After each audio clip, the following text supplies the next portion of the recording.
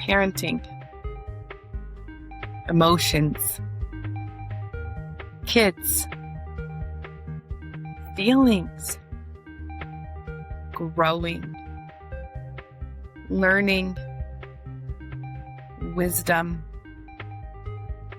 Let's jump into all of it on the Raising Emotionally Intelligent Humans podcast.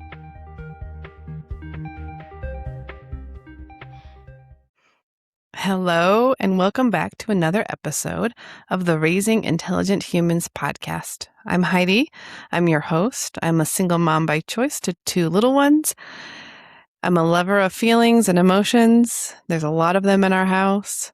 And I'm here to tell stories, real stories from my life about my feelings, my kids' feelings, and what it's like to just live life with two little kids. Today, we are talking about launching off from preschool into kindergarten. My oldest one started kindergarten last week. So I'm going back to August 12th. That day, there was a solar eclipse. And I find that kind of perfect that my then preschooler, my 5-year-old, graduated preschool on August 12th. It was a culmination, it was a finishing, it was an ending. And I went to her graduation. It's really cute. Graduation where the kids sing these cute songs. They each got celebrated, and the teacher said something about who they are, the qualities that they brought to the classroom. And then they all got to jump or step into kindergarten. So they stood on this little platform. And then at the end of when the teachers were done talking, they would jump off of the platform or walk down the platform, and they would be moving into kindergarten. And I remember as I was going to the graduation, I felt some excited energy, some buzzing in my chest, in my belly, a little bit of shakiness, but also pride. It felt like a really big moment, a really big day for my kiddo, for me, to have my first one graduating preschool, making a big step into the big world. And it was this awe-inspired, bittersweet experience. When I saw her walking out, walked out in a line, I just got this swell of emotion and tears gently filling my eyes and slowly starting to trickle down my cheek. Not a lot of tears. I'm not a big crier, but they were there. And then a big smile as they sang the cutest little songs ever about being on a pirate and going on the sea, and then another one about being a tree and the tree growing. And they kind of went from the ground, and then the tree grew, and then they were the branches, and then the leaves fell down, something like that. It was very cute. Super, super cute little singing to hear a line of 5-year-olds, 4-year-olds. There might have been a 3-year-old thrown in there too, because all of the class got to come up to sing the songs. Oh, just melts in little mama heart.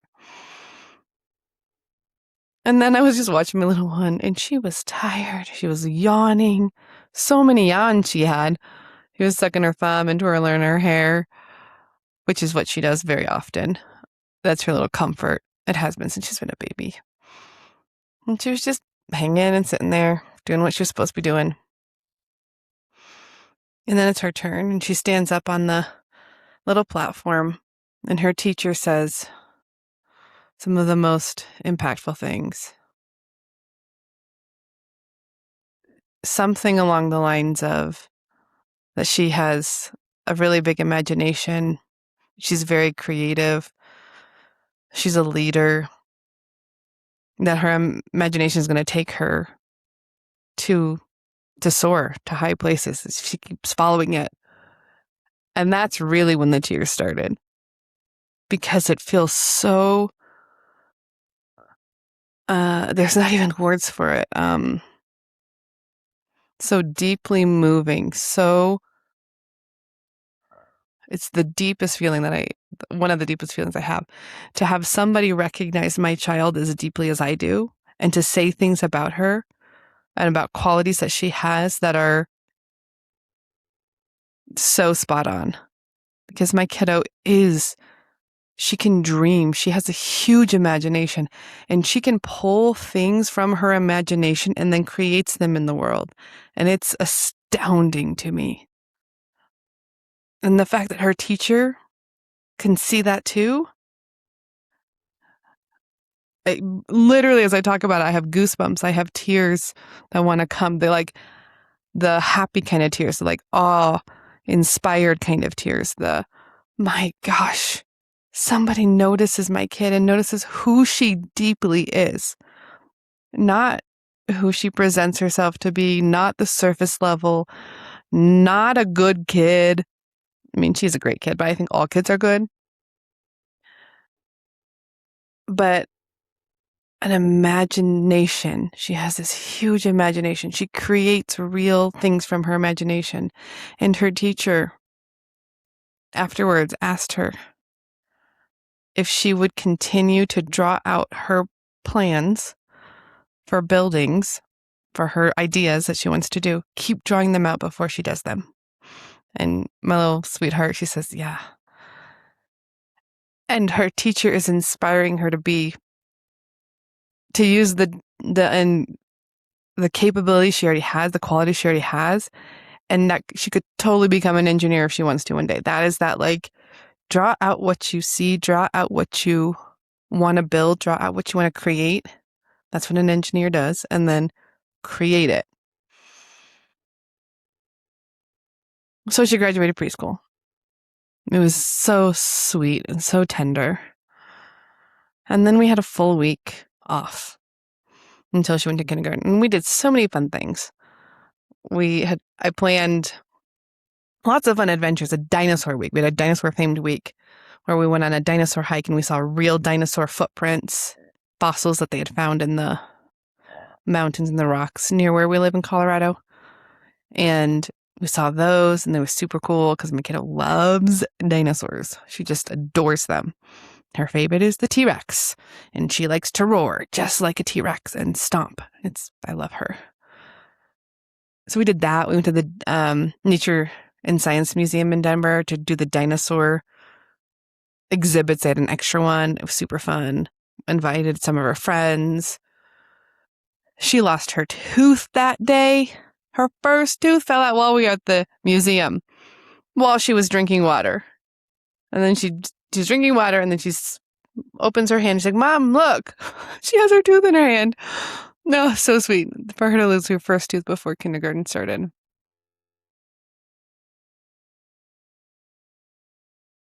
And then we did some other things that week, but it was a full week. And we had been practicing for the last several weeks, which I know I've already shared a little bit about this. How do we get out of the house on time? Because we have been notorious for being late, though we couldn't really be late in preschool and in daycare, because we had a window from between 8:30, even up to 9 is fine. So we had an hour window. So really we were never late, but I was always trying to get there by 8, and we never did. We always got there at like 8:15, 8:30, 8:25. When we got closer to the 8:30, I was like, ooh, we're really late. But we'd been practicing. And the key, which I know I've shared before, giving the kids a 20-minute warning for when they need to start putting their shoes on. Meaning everything else is like pretty much done. All that other stuff is done. 20 minutes to get their shoes on, to get out the door. That's the one advice that I've ever gotten that has actually changed our morning routine and made us be more on time. Then we were getting to school at 8:02, at 8 o'clock, even every now and then a 7:57. That's what I consider being on time to drop off the little one at preschool.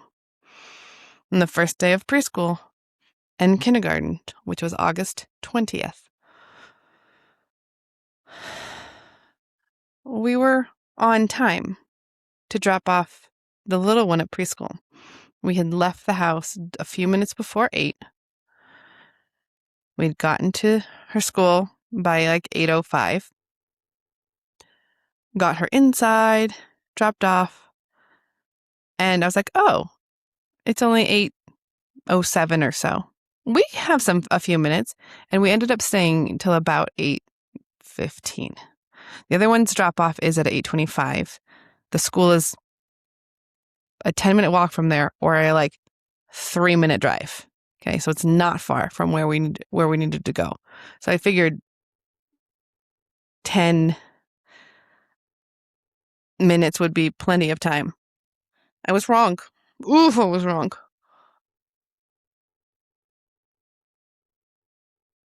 So we drop off the little one. It actually goes fairly smoothly. She's gets a hug and then she just goes, and it's great. And then my big kid, my real big kid, she gets herself into the car seat. I try to help her. She says, "No, Mom, I can do this by myself. I'm big. I'm going to kindergarten. I can do it all by myself." It's like, okay. So I stand there as she's buckling herself in. She can buckle herself in, but she's buckling herself in, and the straps are a little bit twisted, and she's getting a little distracted. So it's taking her much longer to get in her seat.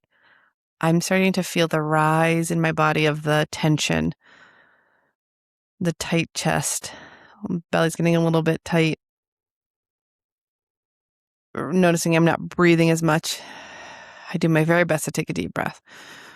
Ooh, I'm feeling that urgency again. I'm feeling this sense of urgency, the sense of like, we got to go right now. Like, we're going to be late. I don't like being late. And I did my very best to just stand there and tune to my own body, calming my body down as much as I can to let her buckle herself in. Because I also thought we did actually have enough time. And a side note, a funny note here, my clock on my watch and my clock on my phone and my clock on my car all said 3 different times. So I was like, I don't know. Is it 8:15? Is it 8:17? Is it 8:12? I don't know what time it is. Which one is real?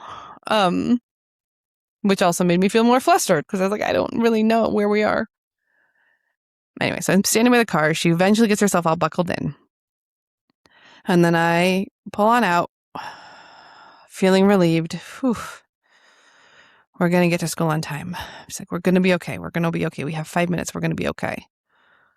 So we drive to the school. And I am like, okay, I'm going to see if I can try to park closer to the drop-off space than instead of parking a block away where I saw the first spot. Like, I'm going to see if I can get closer. So we drive closer. No spots. So I go around the corner to see if we can park on one of the blocks that the school is on. It takes an entire city block up. There are no spots there. Go around the corner. No spots in the front of school. Go around the corner. Oh, you can't park on this side of the school. Great. Go around the corner. No spots there. Oh, crap. Now we really feel like we're going to be late. I'm getting even more flustered. Go back to the street where I was like, I'm pretty sure I saw parking here. So I go there, find a parking spot. And like, luckily we found a parking spot. I'm like, okay, we have to go fast. We have to go fast. Come on, sweetheart. And now I'm feeling really rushed and really panicked. And when I get rushed and panicked, I get flustered. I get short. My tone is more bitey, more sharp. And I'm almost like barking orders. I'm like, get out of the car. Come on, let's go. And then I do my best. I'm like, it's the first day of school. Calm down, Heidi. Come on. It's going to be okay. Trying to also remind myself, being flustered, being short, being frustrated with her and barking orders at her does not make her go faster. It never works. I don't know why I keep thinking it's going to work. And it doesn't. Another big deep breath and sigh. Finally, we get out of the car. We're walking to the school. We see some other people walking in. I'm like, okay, we might be okay, but we got to kind of walk fast. Come on, sweetheart. I'm walking a little bit fast, almost running. We get into the school playground where the drop-off is. and the bell rings. I was like, oh God, I don't even know where we're going. And then I get like real flustered. I'm like, oh my goodness, I don't know what's happening. I don't know where to go. I don't know what. That's my anxiety. I do not like first days of things. Neither does my kid. We do not like not knowing how things go, what to do, what to expect. But we have a friend who's like, oh, they're over there. Keep going over there. Okay. So I go over there. We find her classroom line.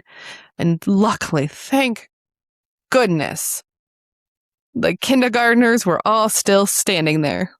Even though the bell rang, there was no rushing the kindergartners in. They stood there for another 5 minutes. And so I got to give her a real big hug to get her in the line. And then the kindergartners aren't going in. And the parents, we are also not doing so great with the lining up thing.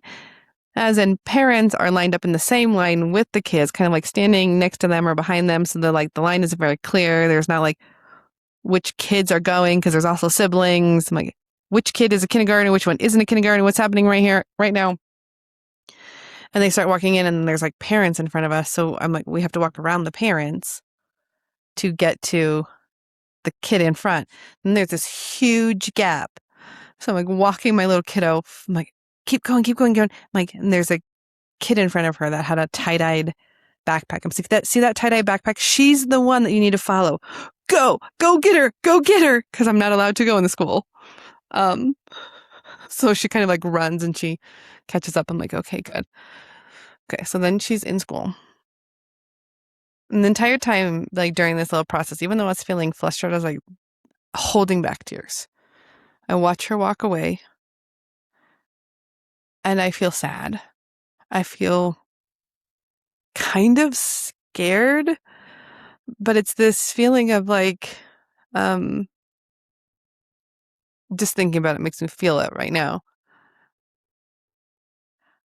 She's a big kid. She's gotten so big. She's 5. She's in elementary school. And I'm sending her off into this big school where she's actually really small now. So it's almost a sense of like, I want to protect my baby, but I have less access to her now. I don't get to go in and see her classroom. I have seen her classroom before, but I don't get to go in and drop her off in her classroom. I don't get to help her transition into her classroom every day. I send her in a line with a bunch of other kids and just have to trust that she's okay. And that feels hard for me. I know that she is okay. I know she will be fine. I know that she'll figure it all out and that her teachers are super supportive and kind and caring and compassionate and they're going to help her. But I have this sense of like, I want to cry, but I don't, because it also happened to be a particular day where I really didn't want to be crying around other adults. So I don't cry. So I kind of like hold the tears in a little bit. And I'm also in my anxiety space of now, where is the parent coffee? There's this parent coffee that's supposed to be happening. And I got an email that said it was in Thompson Park, but I had heard before that it's in the front of the school. So I'm like, I don't know where it is. Luckily, I have friends. So I just found my friend and we just walked together. We walked to Thompson Park, which is across the street.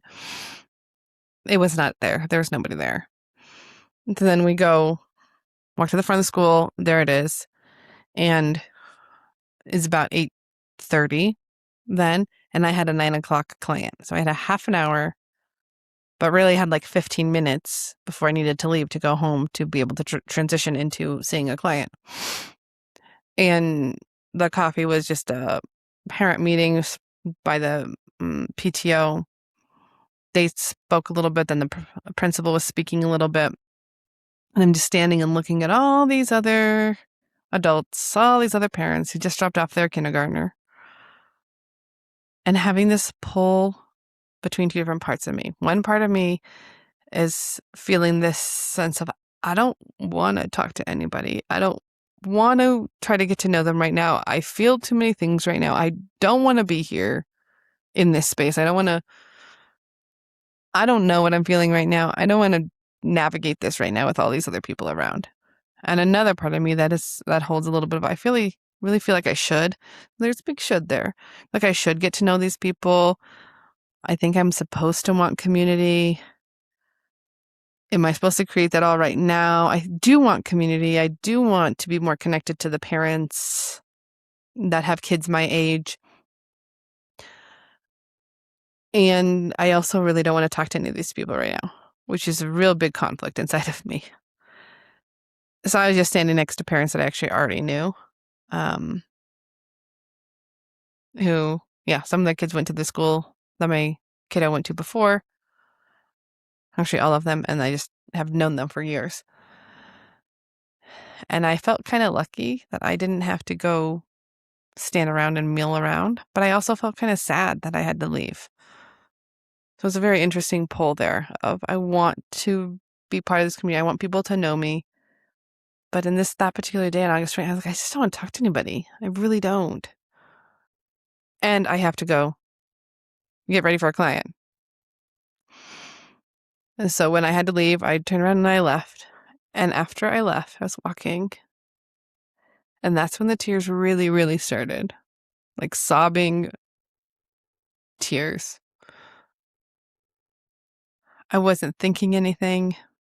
There wasn't the thought of how big she is or the school she's in or any of that kind of stuff. It was just all those feelings I'd been holding down, holding in, just started coming out of my eyes. And then I got in my car and I tried to clean myself up a little bit. Cried the entire time I drove, but I wasn't crying so intensely that I couldn't drive, that it wasn't safe to drive. I drove all the way home, got home, and I was like, okay, gotta try to stop crying again. I tried to stop crying several times during the drive, and I would stop for a second, and then I would start crying again. It's like, oh goodness, how the hell am I gonna pull myself together to see clients all day? I didn't know how I was gonna do it. So I got home, and I texted my friends because I only had, I think, 5 minutes, just to really tell some people who get it, who know it, that I've been having a morning where I just dropped off my kid at kindergarten. I've been crying the whole drive home, trying to pull myself back together to go see clients. And I pull myself together enough, and I get on my first call with my client, who happens to have laryngitis. And then she thinks that I have laryngitis because I've been crying. I was like, nope, sorry, I actually don't have laryngitis. I've just been crying all morning because I just dropped off my kid in kindergarten. I love it when clients are graceful and they understand too, because they have kids too. Yeah. So I dropped her off and I made it through the first day of dropping off her at kindergarten. It was emotion filled. It was a roller coaster from preschool graduation all the way up to that first day of kindergarten. The second day of kindergarten, we were on time. Yay. The third day of kindergarten, which was this morning, we were also on time. Yay. And on time by we actually had a few minutes, maybe even 5 minutes when we got to school, drove off my second one, my kindergartner, to hang out and stand there before the bell rang. Yeah. So that is kindergarten, the transition, mostly all about my feelings, what it was like for me as a mom. I might do one about what it's been like for my kiddo, maybe after the first week or so. We'll see. I might not. I don't know. We'll have to see how her feelings go. So far, she's been pretty excited, almost so nervous. She has a little tummy ache every night. So she's got this excited nervousness happening. But other than that, not too much outside of the ordinary, not anything extra than her normal feels, which she has big feels just as it is regularly. But I'm getting curious to see how this first full week of school is going to go. Anyway, if I feel called to it, I'll make another episode about that. And if there's anything I want to leave you with, Mama, I just want you to know that however you felt, however you feel with your kid in whatever grade they're in is okay. And it's okay to feel those feelings. It's okay to release them. It's actually okay to hold them in at certain times too. You don't have to fully let them go at any given moment. It's okay to stay together, to pull yourself together, and then to do it by yourself. It's also totally okay to fully cry at kindergarten drop off in front of everybody else. There was other parents who did that too. What's important is that you honor and take care of yourself. And it may not sound like I took care of myself, but I did spend some time with those parts later. And sometimes what you have to do as a mom is to get through and go to work. And that's what I had to do. But telling the stories too is also important. So just know, Mama, you are not alone with however you're feeling in this transition to the new school year. All right, until next time.